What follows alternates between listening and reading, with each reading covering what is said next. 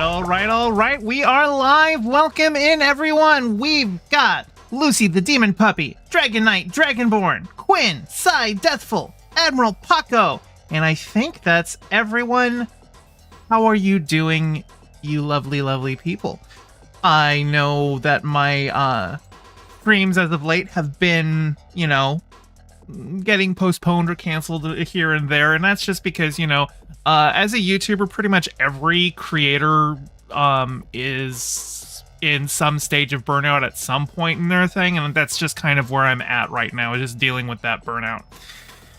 How are you, pretty fish? Well, I'm, you know, I had good drawings.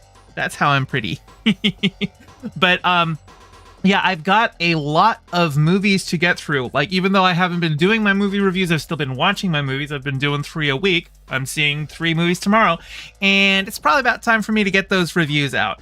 That being said, I don't know if I'm going to be doing gaming after this. This might end up being a shorter stream. We'll see how I'm feeling with it, but we're going to get through these reviews. And so, what we've got on the docket tonight is Problemista, Late Night with the Devil, In the Land of Saints and Sinners, The First Omen, Monkey Man, can't wait to review that one, Femme, Wicked Little Letters, Civil War, and Arcadian. But before I get into all of that, you may notice that I did not include X-Men 97 in there. I also didn't have a review for the last episode of Invincible yet, and, you know, I'm a big Star Trek fan, and I haven't mentioned Star Trek Discovery. And a big part of that is just to do with the burnout that I've been dealing with. Lucy the Demon Puppy says, wait, no Ghostbusters. Actually, I did my Ghostbusters review already.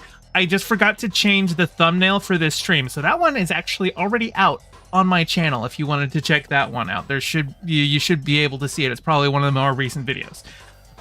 But in terms of the TV shows, it's a lot more work to review a TV show, and a lot of these are things that, like, I want to see anyway. And when it's not just me watching a TV show to watch it, but watching it to review it, it kind of makes it feel more like a job and less like something that I'm actually enjoying. Like, I was actually putting off watching Star Trek because of, like, ugh, I gotta do it for the channel, and not because, which, like, really sucks because I'm a huge Star Trek fan. There's still, like, the latest episode I still haven't watched. And so for me to treat something that I love as a chore and a job, I was recognizing that's not gonna work for me. So I'm not gonna be doing week-to-week TV show reviews. I might do reviews of a season once it's up, but that's not a guarantee. So don't expect me to come in with, like, immediate, like, week-to-week TV episode reviews. But, like, that doesn't mean I'm not watching them, and, you know, I might be able to just talk to people in chat, see what they've been watching. If I've seen the latest episode, I could probably talk more casually about it, you know? Quinn says, I hope we get an Abigail review next stream. You will, because I'm seeing it tomorrow. Yep, so, with all of that being said, why don't I take a swig of water, which just involves me opening my mouth because I'm in the ocean. No, I did not just take a sip from a water bottle. You can't see that, so it didn't happen. But let's get started with my reviews. What if I did a call-in stream during gaming for TV finales? Might be fun or frustrating. I guess that could be fun. I've done call-in streams before, and, you know, I'm not opposed to them. Maybe just, like, doing more casual call-in streams on gaming and stuff, and just having people come in, and if they want to talk about something, that could be fun. But yeah, I think tonight I'm probably just going to be doing the reviews.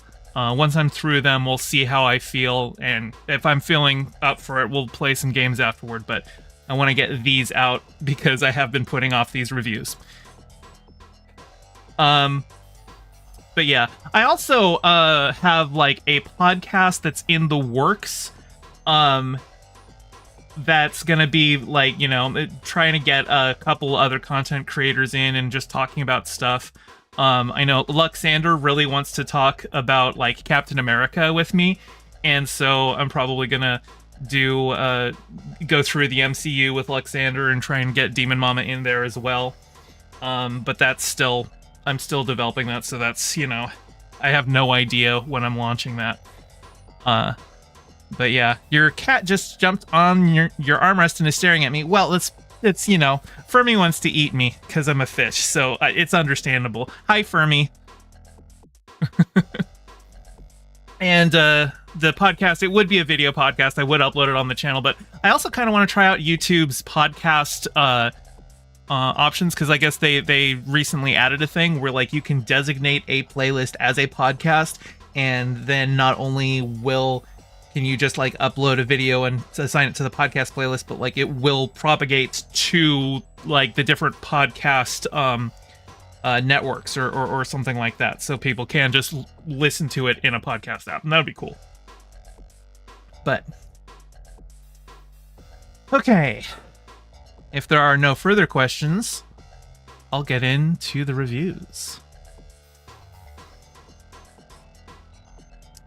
Problemista is a film starring Tilda Swinton as a hot mess and Julio Torres as her desperate employee. This is a film about a guy who is trying to get his work visa, his green card, and he's got this vision of being like a toy designer for Hasbro. But, you know, he's from, I think, El Salvador. It's been a couple weeks since I saw the movie, so I don't remember which country it was, but I'm pretty sure it was El Salvador.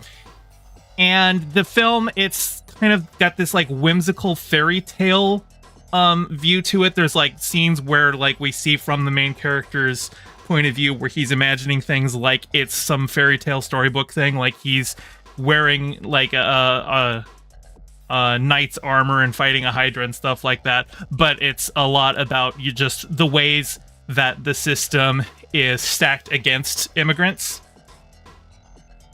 But it's also kind of it reminds me a lot of The Devil Wears Prada, because, you know, his boss is played by Tilda Swinton. She's an art critic. She's an absolute mess. She is a narcissistic Karen. You know, she basically will deliberately argue with every single customer service rep she ever runs into, and will deliberately like lie to them in order to get her way. And it's a lot of fun to watch as a character. If I knew her in real life, I'd absolutely hate her. And the reason I'm making The Devil Wears Prada parallels is because, well, you know, that was another movie about somebody who has these big dreams but needs to work for a nightmare boss in order to get there. And like in The Devil Wears Prada, where even though she had a falling out with the quote-unquote devil, there was still like kind of an implication like, oh, you know, she's not all bad, and in fact, here's some good things that you can take away from her, and she had a heart of gold at the end after all. And this one definitely has that bent. In fact, the main character starts to learn to stand up for himself more, but taking the lessons of this kind of, you know, narcissistic Karen to do it. And so I don't know how much I feel like that's necessarily a good lesson, you know? But I really, really enjoyed this movie. And I also felt like there was a good lesson there of even acknowledging the problematic aspects of Tilda Swinton's character. Accepting people for who they are is kind of one of the messages of the film. And it's very storybook. It's, you know, very fantastical and silly. It had a lot of heart. I would recommend it. Just know that there are some issues in trying to placate kind of, the more abusive tendencies of, nightmare bosses. Also, hi Axel, how's it going? Late Night with the Devil is a found footage horror film until it isn't. This, I've done a video on this one already, but was before I had seen the movie. This movie made the rounds before it came out because it was using AI art. And if you'll check my channel, I did a video on that. And I only looked at one of the AI art bits that it used. It's, the premise is that we're like watching this one notorious episode of a late night talk show from the 70s that involved bringing on a demon-possessed girl. And during some of the interstitials, like we'll be back after these messages, they used 3 pieces of AI artwork. And the one that everyone saw that was making the news rounds was like a skeleton dancing in a pumpkin patch. But there's 2 others. And there was one that was like an owl sitting on a television set. And I feel like the third one also had an owl. I don't remember that one as much. But as soon as they come up, you can tell pretty much immediately that it's AI artwork. Which poses a real problem for this film, because this film is trying to present itself as, like, found footage. So there should be an element of,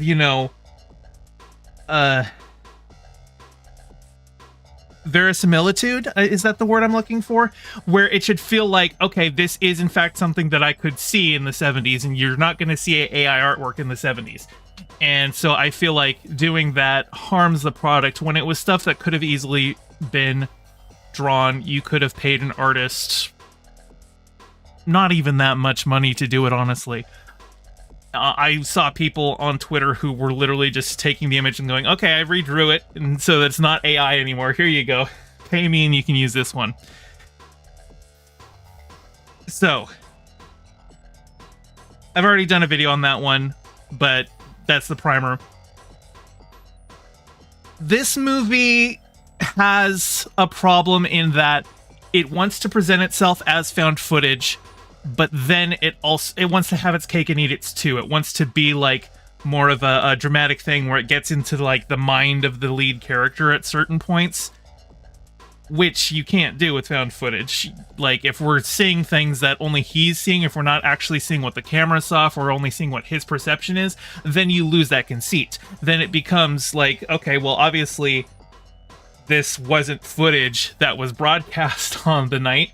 There's even a moment where, because, like, it's a late night talk show, and he's got like several different people who claim to have supernatural abilities, and they also have brought in like a skeptic who's very much like a James Randi kind of a guy.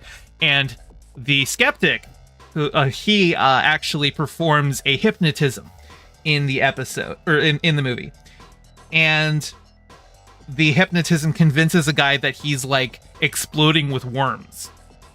And we see the guy exploding with worms. We see everyone react to him exploding with worms, because he's not just hypnotizing that guy, he's hypnotizing the entire audience. But then afterward, after it's done, it turns out, oh, the guy wasn't exploding with worms, and they actually go and review the footage to see that he's not exploding with worms, and he was just reacting as though he thought he was. But we saw the footage of him exploding with worms, so where did that footage come from if it's found footage? They literally review their own footage to go, oh, no, that footage didn't show that. And that alone really harms how this feels like, a proper found footage horror movie. Like, there are certain things that if you want to present it that way, there are limitations, and they wanted to have the aesthetic of the found footage without the limitations. They had things where it's like you have behind the scenes footage, when they go to commercial and there's like some black and white cameras that are following people backstage, but like you will see like it cuts to another angle, and you would expect to see a camera person there, because it's like, well, I just saw it from that perspective, and now I'm looking over there and there's nobody with a camera there. So like, are these behind the scenes footages from the from the commercial breaks? Are they actually not found footage and they just, it doesn't make sense. David Dastmalchian plays the host. He's a really good, like, 70s vibe late night talk show host.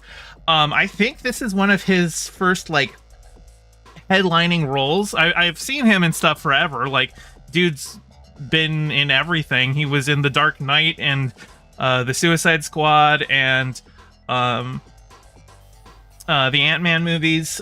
He's, he's been in a lot of stuff, and it's nice to see him get his own, starring vehicle.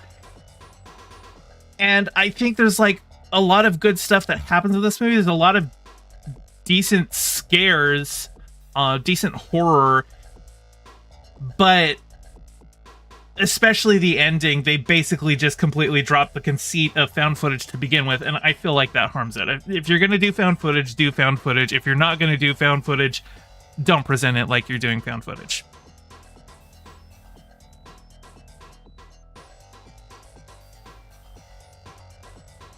In the Land of Saints and Sinners is, I guess the best way to describe it would be like an Irish Western. It's set during the Troubles in Ireland, and it's got basically every notable Irish actor who we see in the States. It's starring Liam Neeson, and it's got Colm Meaney, who played Chief O'Brien in Star Trek. It's got Kerry Condon, who was Mike's daughter-in-law in Breaking Bad, as well as... or actually, I don't think... Was she in Breaking Bad? I know she was in Better Call Saul. Anyway, that's irrelevant. And she also is the voice of Friday in the MCU. It's got Jack Gleason in this one. If you don't know the name Jack Gleason, you definitely know the name Joffrey Baratheon. That kid. He's an adult now, but he still has the most punchable face ever. And I actually thought he had retired from acting, so I was genuinely surprised to see him here. He's still kind of typecast as playing guys who you very much want to punch in the face. But it's a crime drama about an IRA cell that's on the lam after they've set off a car bomb. But, like, there's a hitman who just happens upon them and, like, gets involved against them for completely different reasons. So it's, like, one of those, crime drama, comedy of errors kind of a thing. And, like, Liam Neeson, when he wants to, like, actually put in a good performance, he still has it. A lot of what he's been doing the last decade or two has just been, pretty mindless action cash-ins. But this movie, I think, actually had, like,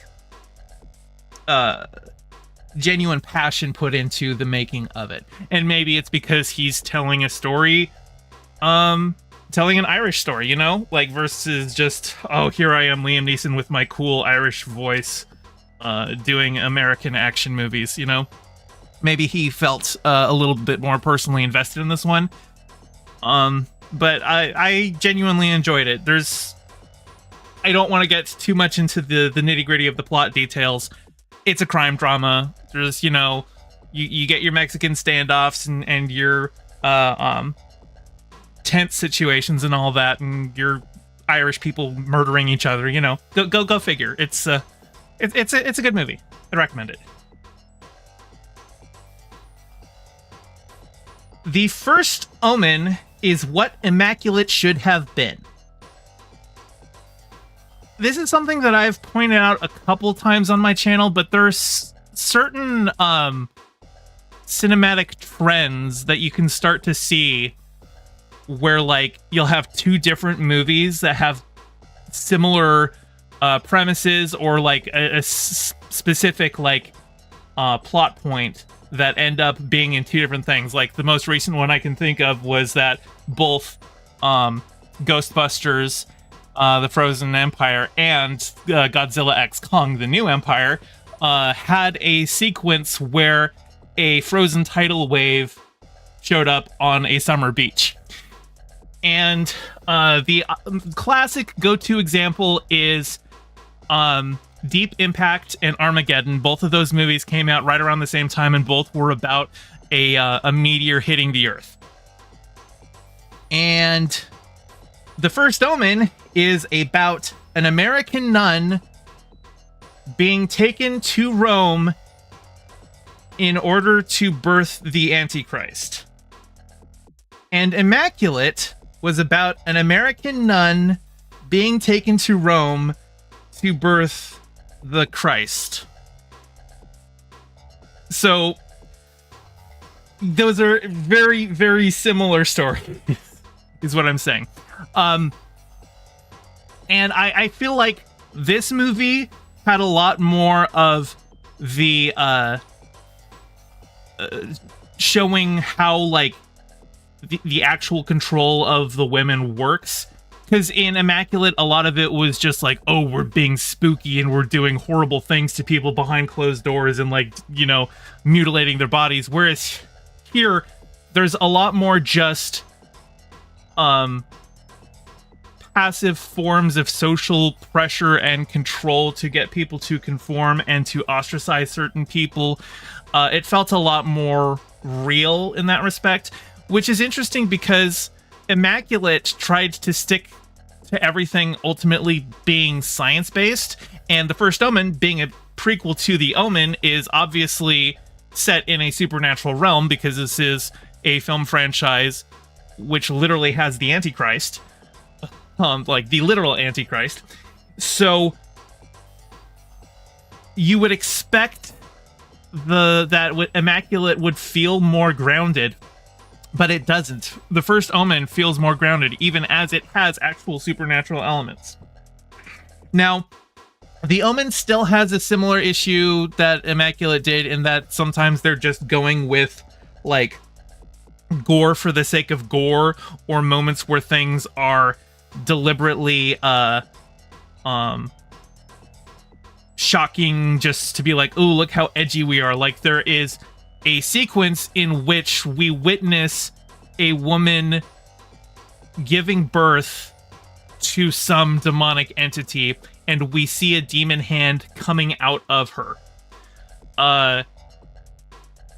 In the spot where a baby normally would. I'm trying not to get demonetized. And that, I felt, was, like, excessive and just there to be like, look how edgy we are. So I wasn't as much of a fan of that. But overall, I found this one had a much stronger, more coherent plot. I think this one worked a lot better than Immaculate did.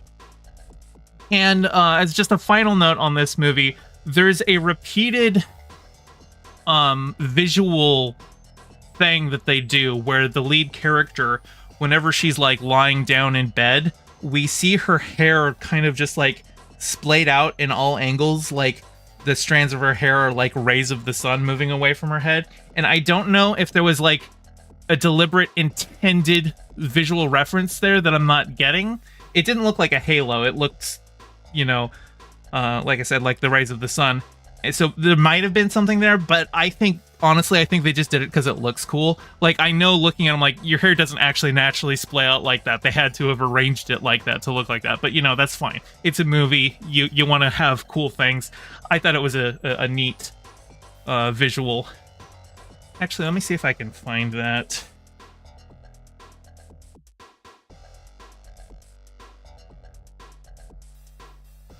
I'm Googling the first Omen hair. Oh, perfect. Give me a second.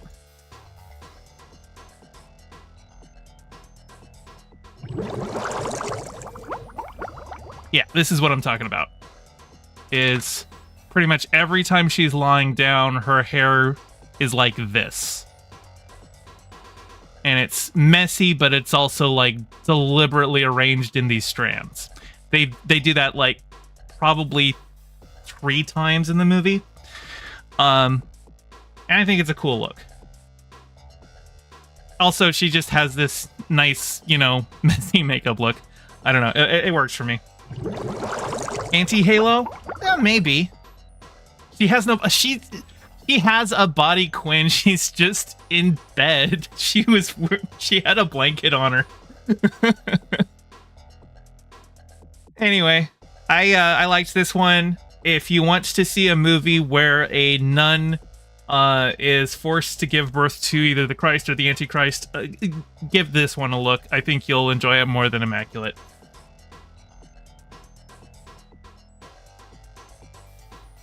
Monkey Man is the first film directed by Dev Patel. It's an action movie set in India, starring Dev Patel. And this movie's amazing. It's the plot is fairly straightforward. You know, it's like an action revenge film, with really solid action choreography. Now, the first action sequence in the movie is done like he basically tries to get his revenge and messes up and is on the run. And as the sequence goes on, the camera starts getting more frenetic as he's like, you know, just more in a panic and more running away. And like, it's done deliberately. It's not like where they're just using shaky cam to be like, oh, action's happening. It's so intense because the action's happening. They're doing it to get you in the mind of the lead character. But I still think at some point it got too much. The shaky cam was too much. And sometimes there was like no real continuity between shots even at that point. And it's a deliberate choice. It's not like it was done out of like you know, it's not like it was just because Dev Patel had never directed before. There was intention behind it. I just felt like it went a little far there. But that gripe really is only there for the first action sequence. The action later in the movie is you have like really, really quick camera movements, but like, you know, very energetic. It's like you are following basically every punch and kick as they go. And but it feels far more controlled. It's less frenetic. You really get the vibe there. And probably the best thing I can say about this movie is that it features a Hydra community. The Hydra, they're I think a legally recognized third gender in India. I think the best comparison to like a Western transgender identity would be trans women or intersex people. But anyway, there is like a compound of them who, you know, help the lead character after his first failure, nurse him back to health and get him to like fight for them as well as revenge for his own personal stuff, because like his village was like burned down when he was a kid. And not only are they there to help nurse him back to health, there is just straight up a sequence where they're all just like decked out in full battle regalia going to war with a bunch of fascist cops. This movie has battle queers fighting cops. It's awesome. You like that should sell it alone. Is just it's so good. That's literally how I've been selling it to all of my friends. You want to see battle queers beat up cops? Let's go. This is the movie for you. Yeah, I really don't have much more to say about it than that. Go see Monkey Man.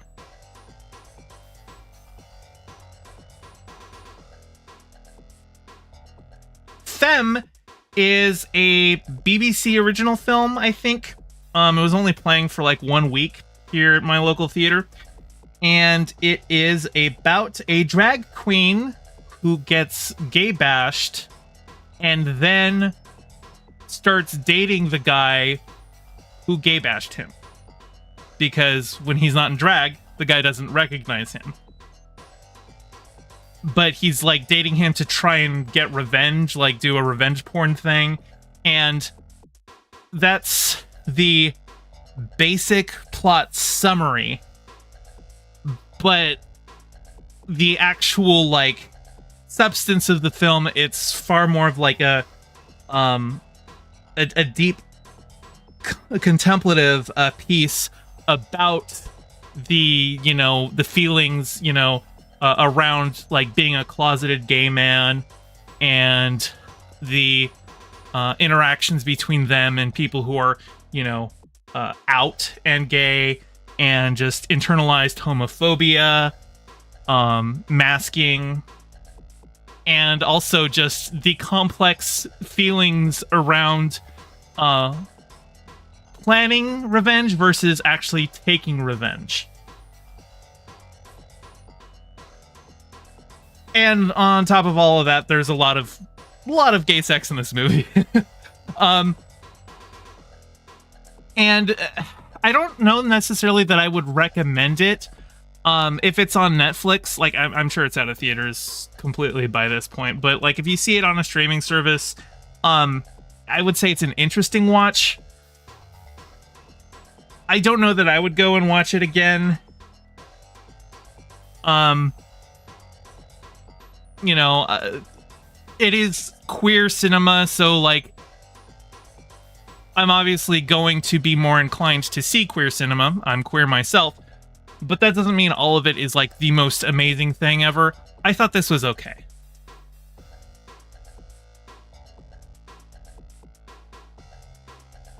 Quinn says, where's that one clip where it's like, my wife thinks she's the coach? Was that from Monkey Man? I don't remember that line at all.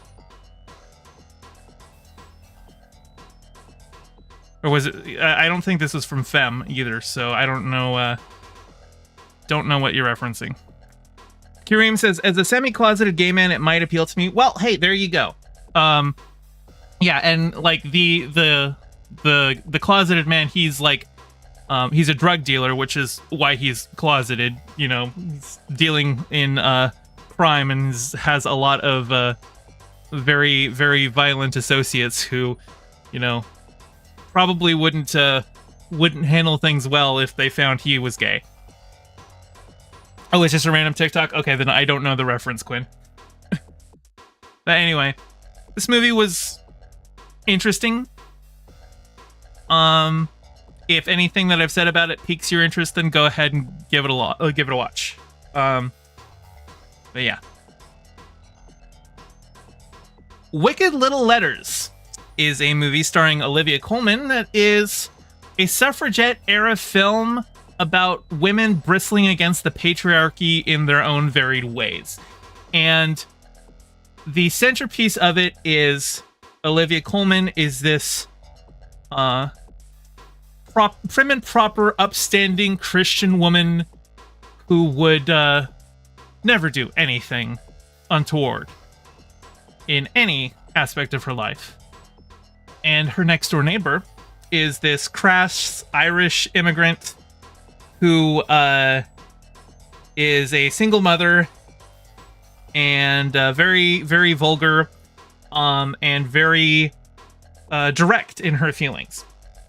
And Olivia Colman's character keeps receiving letters of a vulgar nature, mocking and harassing her, and she lives with her parents, and her dad is convinced that it's the next door neighbor, the Irish lady. And I don't know what the laws were at the time in the UK, but apparently this was criminal harassment. And so it ends up becoming like a legal investigation in a court case. But meanwhile, there's the village that they're in has a woman police officer, and they always say it like that, like her title isn't officer whatever, it's woman police officer whatever, and she's not taken seriously either because she's the first woman police officer at the precinct. But she's trying to investigate things because she doesn't think it's the Irish lady either, and she basically enlists the help of some other women in the area because her boss basically tells her to stay out of his case because it's not even her case to begin with. And it's just kind of a story about the ways that men exert control over women and the ways that these women are pushing back against it. And it's a lot of fun. It is a comedy, but there's also just, you really hate the men in this movie, especially Olivia Colman's dad. He's absolutely the worst person in this movie, and I was just watching the movie, I'm like, I really hope he's the one writing all of these letters just so that he can go to jail for it. But it's yeah, it was an interesting little movie, cute little movie. Good performances. I love Olivia Colman. She's always great, even if what she's in isn't that great, like Secret Invasion. She's still really great, you know. And yeah, I'd give this one a watch. Civil War, or I should be more specific, A24's Civil War, not to be confused with Disney's Marvel's Avengers Captain America Civil War. I think I'm ripping off of Red Letter Media the way they described that movie. But this is a movie that is set during an American Civil War that has absolutely no interest in delving into what the actual politics would revolve around an American Civil War. And probably the best example I can show of how much it's trying to steer away from like actual real world political quagmires and like you know, like the actual political realities of America and why we might end up having a schism. They have, one of the factions is called the Western Forces of Texas and California. And I can't imagine any universe in which Texas allies with California against Washington, D.C. That's just not, that doesn't happen. But I figured out why they did it, though. It's because California is the big liberal state, right? And Texas is the big conservative state. And so if California and Texas are both allied and are attacking Washington, D.C., well then, the conservatives in the audience can go, aha, see? My side's on the right side because Texas is fighting the president. And the liberals can go, oh, California is there. Of course, we're on the right side, naturally. And the president is like the kind of the villain. He's almost never seen in the movie, but pretty much everyone talks about him like he's the whole reason that the Civil War is happening. He's in his third term. He's played by Nick Offerman, and like you could kind of get like Trumpian vibes from him, but it's nothing like over the top in that regard. Like the most is that he has stayed beyond his constitutional 2 terms, and the only presidential candidate or former president that I can think of in living memory, like who's alive today, who has openly stated to being interested in more than 2 terms would be Trump. But that aside, the movie really isn't about any of that. The movie is about war reporters. The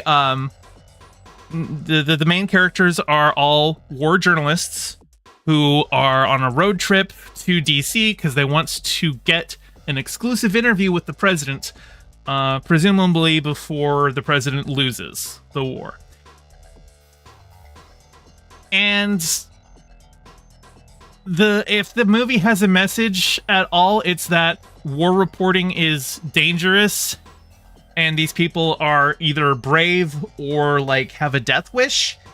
Then also that war is just generally chaotic and bad. But also, the characters just generally don't seem to be interested in being reporters. There are multiple sequences as they're on a trip, you know, to DC, where they go through little bits here and there, of the Civil War, and nobody's ever really asking questions. There's a couple times early on where they're taking photographs of things that they're seeing, but like, there's a moment where they drive through a town that seems like it's completely unaffected by the Civil War. People are just out walking their dogs and, living in small town America. And like, one of the main characters goes up to a cashier and is like, you guys know there's like a pretty big Civil War going on all across America, right? She's like, yeah, we just try to keep out of it, keep our head down, seems like it's for the best. And I was just like, that was the extent of his questioning. If I were a war reporter and I was in a town that was this close to the front lines that seemed completely unaffected, I would think that would be an interesting story to at least spend a day like interviewing people in the area for, right? But he doesn't care about any of that. Like, that pit stop is mostly just so that people can, like the main characters can have bonding moments with each other rather than doing any actual war reporting.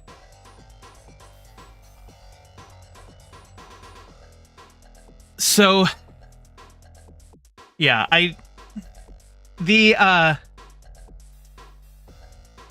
action for the most part is never really portrayed as like, hell yeah, let's watch this fight go on. It is portrayed as very hectic and very deadly. War is not a fun thing, but there is like probably toward the end when we're seeing the battle in Washington DC, there's probably a bit more of the, that's where the bulk of the budget of the film was to the third act battle sequence.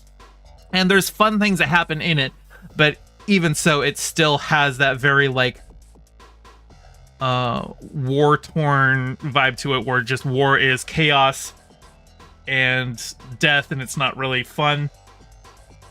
The sound mix does a lot to that. There are moments where gunfire comes in just really, really loudly. Like, I don't know how it would sound on like a TV, but I saw it in a Dolby theater, and you just had like punctuated gunshots that were mixed way louder than gunshots normally are in movies, just, to sell that, oh no, this is actually really loud. And that actually made me notice that at no point in the movie are any of the war reporters wearing ear protection. And there was a big deal made early on about this one character she's like in her early 20s and is just starting off wanting to be a war reporter. And she's advised to wear a helmet and a Kevlar vest in the future, because she was just like wearing a t-shirt. And she wears a Kevlar vest later, but like none of the characters are wearing helmets during the final sequence, which is set during like an active major battle in the nation's capital. So I don't know, did they just forget that they had that whole thing where it's like you should be wearing a helmet, or did they just not want to put their actors in helmets because that might hide part of their performance? Whatever. I can't necessarily fully recommend this movie because I don't think that the filmmakers were interested enough in taking this premise to tell like a daring story with it. I think it was hampered by its attempts to, not take political sides and just try and be like, war is bad. Because like anybody can tell a movie that says war is bad. If you're setting it in America, what's the purpose for that? Why is America in a civil war? I think ultimately this movie could have been set in any war, and setting it in America is mostly just to have the audience more personally invested in the victims of the war. Because they see them and it's just like, oh, well, like a lot of Americans, if they see war footage and it's just somewhere in the Middle East, like the unfortunate reality is a lot of them are just not going to care because it's like, oh yeah, that's a war, but there's always a war there. Like that's just what happens. When it's here, maybe there's a little bit more to the impact of, oh god, like that just looks like my town, and here there's like a dump truck full of bodies being poured into, you know, a hole. So maybe there's that to it, but ultimately, yeah, I can't recommend seeing this movie. Which is a shame. There was a lot of promise to it. And I remember seeing the trailers, and like the trailer is like, this could be good, but it could be really tone deaf. And I think ultimately it was not tone deaf, it just wasn't courageous enough, you know?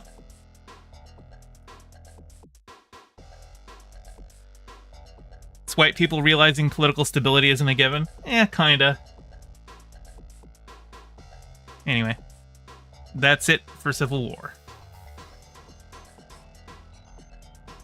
Arcadian is a post-apocalyptic movie ostensibly starring Nicolas Cage, but really he's just in it enough that they can put his face on the posters and in the trailers and like credit it as Nicolas Cage in Arcadian. The movie is really about his two sons. Like I said, the film is post-apocalyptic and it's kind of very vague on what caused the apocalypse, other than we see that there are monsters in the movie that show up at night. And I actually got a lot of like Quiet Place vibes from the movie, just in that it starts you off where the apocalypse has already happened and it's just people living their day-to-day dealing with, okay, yeah, we have to take these precautions, otherwise the monsters will eat us, right? And the monster design in this movie, they were kind of silly. Like, they had a kind of interesting and unique design. I'm actually going to see if I can find a photo of it.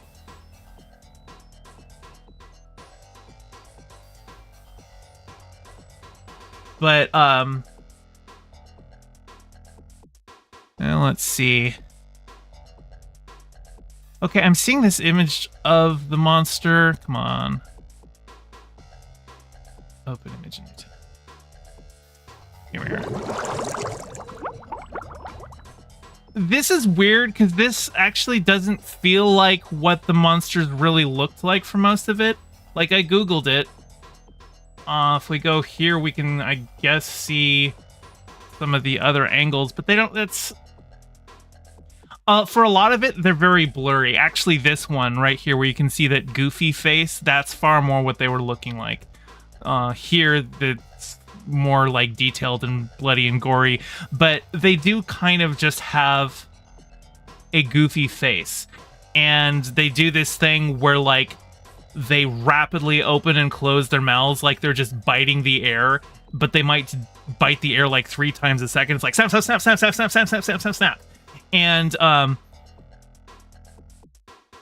it's certainly a unique movie monster. I haven't seen one exactly like them before. You can't really tell from here. You would need to see the actual footage of it, but they're very lanky and like have like elongated necks and everything too. And there's like even a bit where like you see them apparently like when they travel in packs, they roll up into like a giant wheel that just starts spinning around. Very goofy monster design. But like I said, the movie isn't even really about Nick Cage. He spends a ton of the movie just injured in a bed, and it's about his sons trying to deal with it. And it doesn't really have any kind of like big deeper message other than it's like two brothers who they're teenagers and they're dealing with, you know, teenage brothers who don't necessarily get along, but it's also, you know, dealing with how to survive in the apocalypse and you know, how to fight the monsters, but also, you know, how to get along with your brother and like girl troubles and stuff like that. I don't know if Nick Cage had like a strong belief in this movie. I know Nick Cage will pretty much do any movie that you pay him to do. And like I said, you can't even really call him the star of the movie. He's just the biggest name attached. It's really about his kids. I don't know.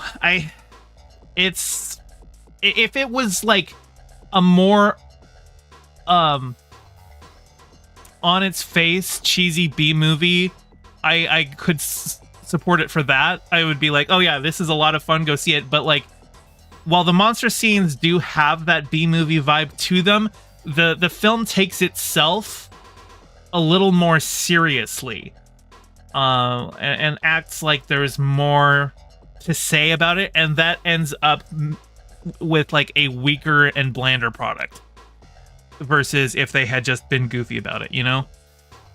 So I can't really recommend this one.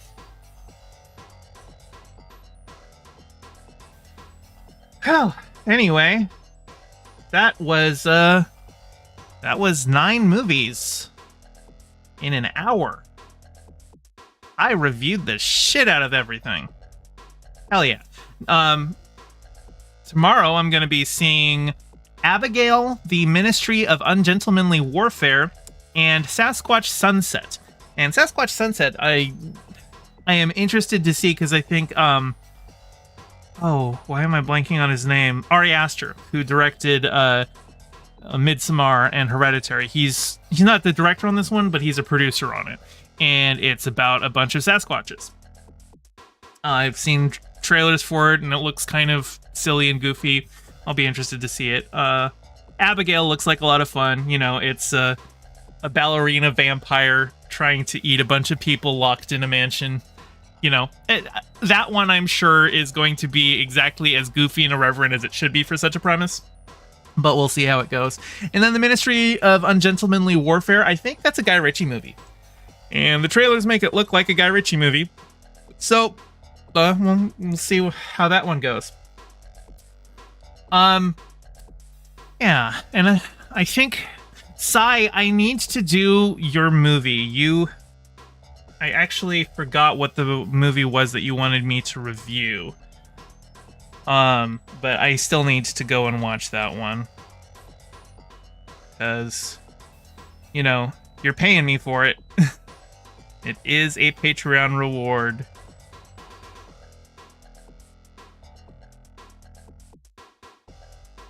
But anyway, Savage Land. Okay, let me look that one up. Savage Lands.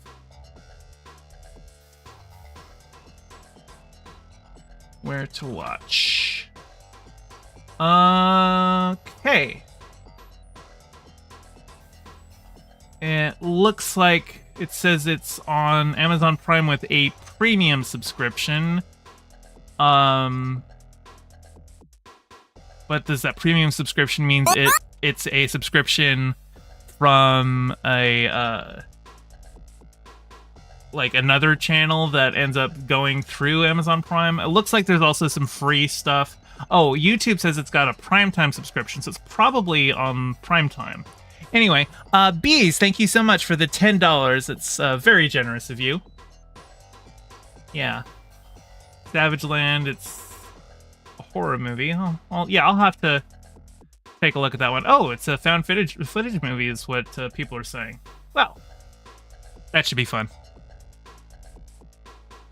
Anyway, yeah. I think this is going to be a short stream today. I needed to get those reviews out. But I think I'm probably gonna call it here. Let's see if there's somebody else live that I can redirect us to right in. Yeah, oh, you know what?